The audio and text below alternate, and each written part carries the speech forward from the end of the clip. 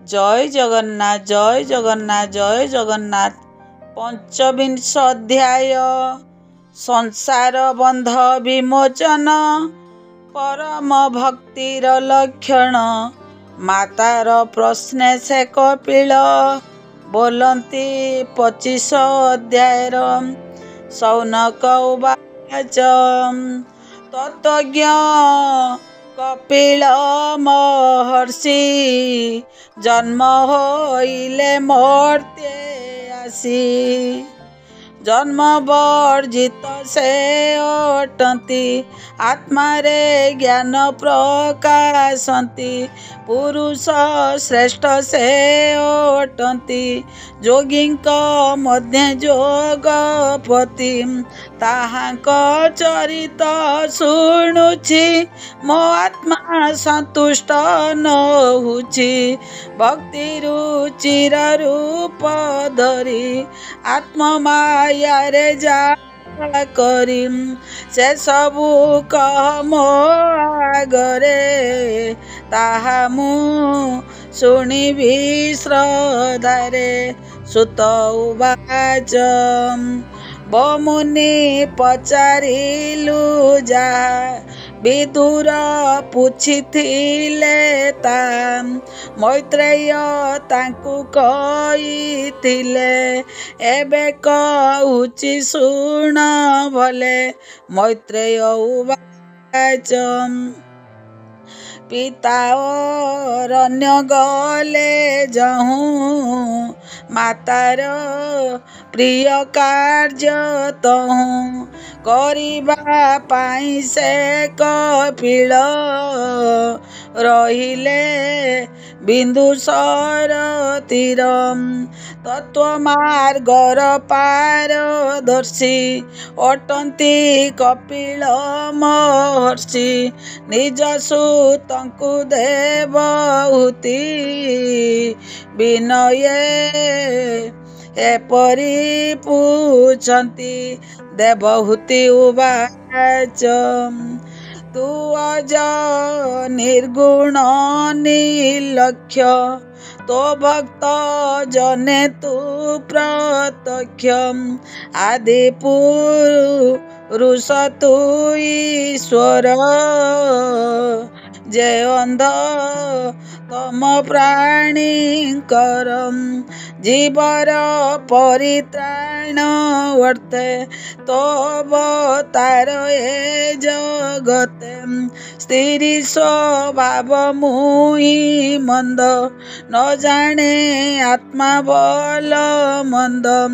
कि रूपे संसार तुटई जीवर बंधन भिटई। मुझे ज्ञान मूढ़ मति स्वभावे अटई जुवती। तू मते ज्ञान चक्षु देई उदर दुर्गति खंडाई। तू ना तो मते दया कर ए घोर संसार उदर। मातृस्नेह मातृ स्वभावे कर दया। जय मनते तुटे तोर माया। मैत्रेय उवाच माता वचने ऋषिकेश अळप होई सहस। अशेष जीव देहवासी कहन्ति प्रभु ब्रह्म राशि। श्री भगवान उवाच शुण जननी कहूँ तोते जे प्रश्न कलु तुई मते। जहार चित्ते भक्ति जोग भजई मो चरण जुग तेबे विषये वैराग्य उपुजे पूर्वे थिले भाग्य ए आत्मनिष्ठा जोग जान पुरुष मोक्षर कारण पूर्वे मु ऋषिंकर मध्य जे जोग कहिल साधे तेणे माया गोर बने निस्तार भक्तिर साधने सुण जननी से लक्षण कहिबा जे भक्ति निर्गुण चित्त संयम व्यतिरेके जोगर सिद्धि नुहे लोके बंध मोक्षर हेतु चित्त ए आत्मज्ञानी समत जीवर जन्म बंध पास जे भावे होइब विश्वास विषयारत चित्त जेबे जीवर बद्ध भाव तेबे ईश्वरे देले से चित्त बंधन हुई मुक्त मुहि मोहर भाव जात कामादि तेजे जे बेचित निर्मल हुई जान मन ही सुख दुख सम ए रूपे चित्त शुद्धि जेबे जीव ईश्वर एक भावे देखई प्रकृति भिन्न स्वयं प्रकाश परिपूर्ण प्रकृति बल हुए जात ज्ञान वैराग्य भक्ति जात अखिल आत्मा पाद जुगे बजिले दृढ़ भक्ति जोगे एणु से लभे ब्रह्म ज्ञान एतहु पथ नाइन ए भव जलधि तरंग हरई साधुकर संगम भजई कैबल्य कारणे मनन ब्रह्मे बने सुन जननी साधु गुण जयवा साधुक लक्षण प्राणी विषये आत्मावत करई त्याग दयाचित जगत निबरई देखे निश्चले रहे आत्मा सुखे निरते गोविंद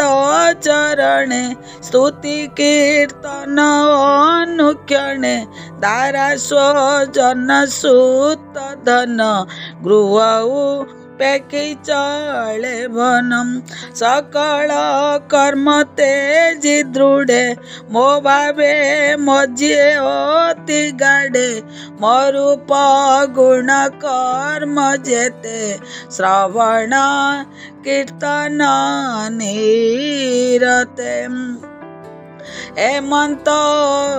भाव नृत्य करी ए माया बबू जानती तरी ए रूपे साधुक चरित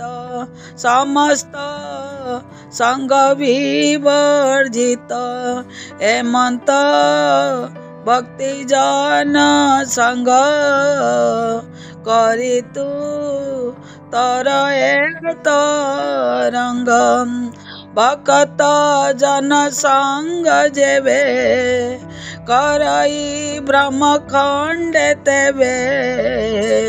मोर चरित गुण गाथा करते अन्य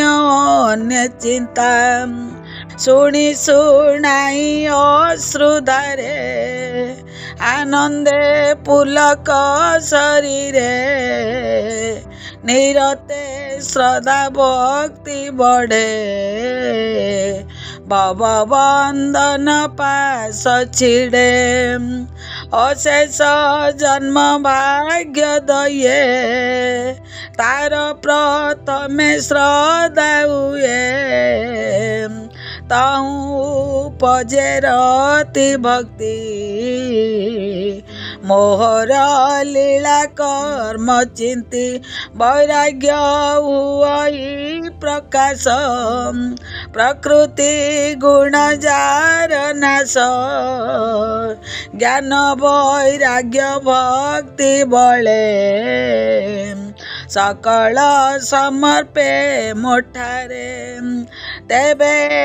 दे मोते पाई सुन जननी मन देई मना मनाब करी भावे बसी तरिबु भक्ति भावे भक्त संगे नावे बसी ए सिद्धू तरणे साहसी जेणु भक्त प्रिय हरि ता भावे भव सिंधु तरी हेमंते पुत्र वाक्य शुणी आनंदे कर्दम गरणी आकुले पुत्र पादे पड़ी पुणी पचारे कर जोड़ी देवहूति उवाच कि रूपे भक्ति जोग जानी भक्ति की रूपे प्रमाणी जे भक्ति बले अन्याय से नाव निर्वाण पदे पसे से जोग मुख्य प्रयोजन सुनिली तुम्हार वचन जे जोगे के मनते अटई के मनते साधना ता होई मुस्तिरी अटे मंद बुद्धि दुर्बोध्य जोग दया निधि एणु मो चित्तरे संशय कह हे प्रभु दयामय मैत्रेय उवाच हेमंते माता वाक्य शुणी कपिल बेगे चक्रपाणी कहती जननी आगे परम ज्ञान सांख्य जोगे श्री भगवान उवाच कहती प्रभु भगवान सुन जननी भक्ति गुण जे भाई इंद्रिय देव गण जार जे स्वाभाविक कर्म जे धर्म कर्म अछि वेदे ताहा इंद्रिय जे बेसादे जे बने जे बा धर्म कर्म इंद्रिय करे से ही कर्म से सर्व कर्म जे बे मते देव जई एक चिते आपना अकिंचन रूपे ब्रह्मई मायामय कल्पे भक्त मध्य प्रधान लभई कैवल्य स्थान जीव वासना बंध रे न बुड़े संसार सागरे व्याधि जे सने स्थाने स्थाने हरई औषध पाने ए बाबे जे करे विचार कैवल्य कि वस्तु तार नित्य भक्त जन मध्य हरि चरित नाना छंदे निरते करे अनुपान आनंदे अश्रु जले स्नान तार समान आन जने न देखी एतिनी भुवने एमंते बंचे दुख सुखे से मोर निज रूप देखे सुंदर प्रसन्न बदन बिकच कमल लोचन सर्वसु दर मनोहर से श्याम सुंदर शरीर मोर पूर्व रूप वाणी तनुर मांचक हे शुणी ए रूप छाड़ी तार मन कैबल्य किबा प्रयोजन ए रूप देखिछि तरे कैबल्य लभे अबान्तरे अष्ट ऐश्वर्य जाचिति अनंत अनंत विभूति से सर्व खटंती ता पाए मो भक्त जने दूर नुहे मोर भकतर के हरि काल न पारे ग्रास करी मुतार प्रिय आत्मा सुत सखाश्रु हुद गुरु बत तार गुरुदेव मुई से मोते भावे भावई तार इष्ट बंधु मुई से मोते सर्वसमर्पई नाही ताई पर लोक न माने आत्मा दुख सुख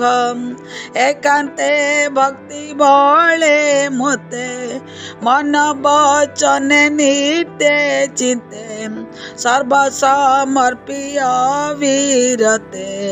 पसई मोर पाद गते मुई स पुरुष प्रधान मो बिनु जे भाव जे आन ए गोर भय जे संसार निवार नुई तार देख मोर माया गते जंत्रित अछंती समस्ते मो आज्ञा करुतांती नित्य